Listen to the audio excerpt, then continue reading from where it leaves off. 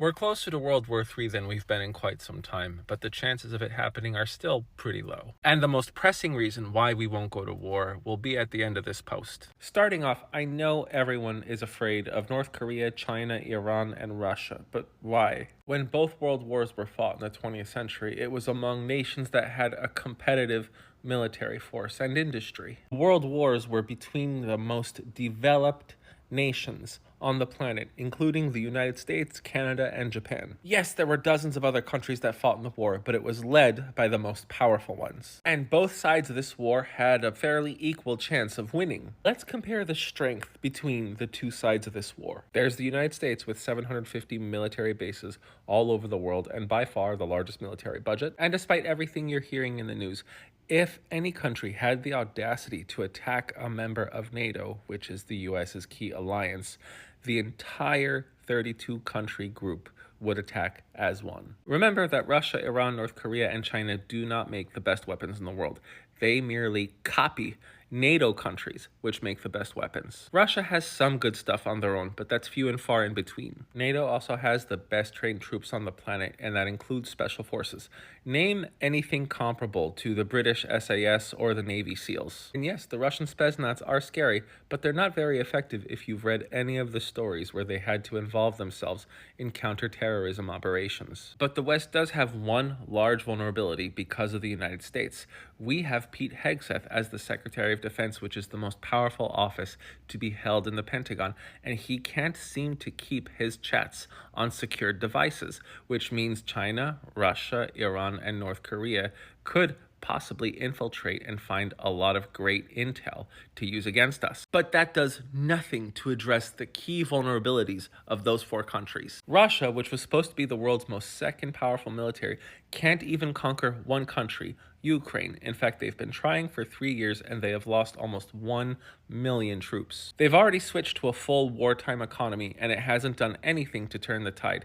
If Poland alone joined Ukraine, Russia would lose. What about North Korea, who has been supplying Russia with troops and weapons? They are still recovering from the famine in the 1990s and they also still have massive food shortages. If the West ever really wanted to fight North Korea, all they would have to do is start airdropping the soldiers food, and there'd be a revolution like that. And while China and North Korea helping Russia against Ukraine isn't a good thing, just remember the USSR sent military advisors, planes, equipment, and even pilots in North Vietnam to attack American soldiers and equipment. So there were Russians in Russian-made planes killing Americans in Vietnam War. Did that escalate to World War III?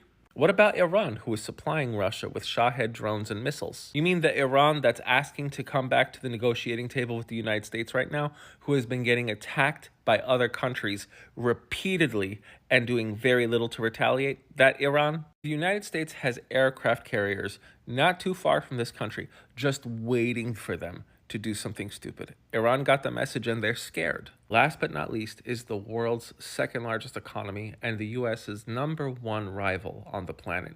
In fact, China has the largest economy if you include PPP, which is purchasing power parity. But there are a lot of shortcomings to that measurement. But I'll give it to them. They have #1 there. And do not buy that statistic of them only spending $250 billion on the military. It's closer to $700 billion a year. And remember what I said earlier about in World War I and World War II, it was mainly the most developed economies that were fighting. China is the only country in that potential axis of evil that is developed enough. But China is struggling with deflation, which is one of the most deadly things that can happen to an economy as large as China. Despite the hundreds of billions, if not over $1 trillion of government assistance towards the economy, they are still struggling with prices dropping. It sounds very nice, but it means that there is not enough export or internal consumer demand for Chinese produced goods. It's leading to poor consumer sentiment and, of course, increasing unemployment. Despite these shortcomings, China has a great deal of leverage over the US economy because they're holding over $700 billion of government debt and they're sitting on at least $1.5 to $2 trillion in cash and US equities. And while the Chinese people can endure more of an economic constriction, they are still being hurt by the Trump tariffs. That's why China walked back on that 125% tariff against a bunch of US goods. Even though China is ready and willing to fight for what it has to, they are desperate to have things go back to business as usual. They want the rest of the world to be prosperous enough to buy their goods, because that is how the Chinese economy gets to keep expanding. And if China does anything that can be considered an act of aggression to its rivals or its neighbors, then they lose a lot of trade. And they also lose this new and budding relationship with South Korea and Japan as to how to deal with the United States tariffs. So yeah, China can't do anything too spooky because they could be tariffed by all of Southeast Asia, not just the United States. Then there's China's #1 weakness with being the world's largest importer of food and energy.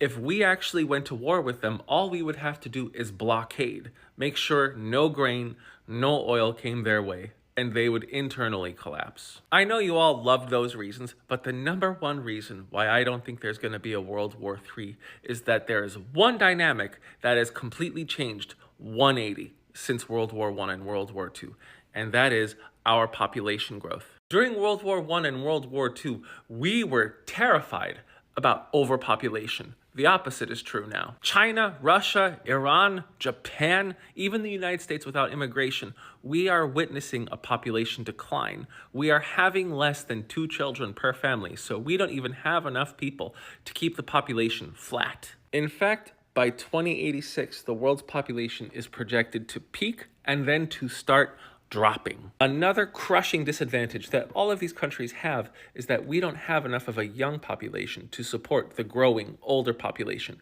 except maybe India. India's got this down well for now. None of these countries can afford to have large chunks of their population just cut out, because then that just exacerbates the decline. And you guys might be thinking, well, what about drone warfare? Then there won't be as many soldiers fighting. Yeah, but what will the drones be blowing up, attacking, and destroying? People. Right now, only one country has been dumb enough to throw their population into the meat grinder. China and Iran are not that stupid. So instead of some massive, potentially apocalyptic world war, I think we're going to see a series of these small skirmishes between unidentified parties trying to fulfill their government's interests. I am the Geo Husar, and I think peace will prevail. Thanks for watching.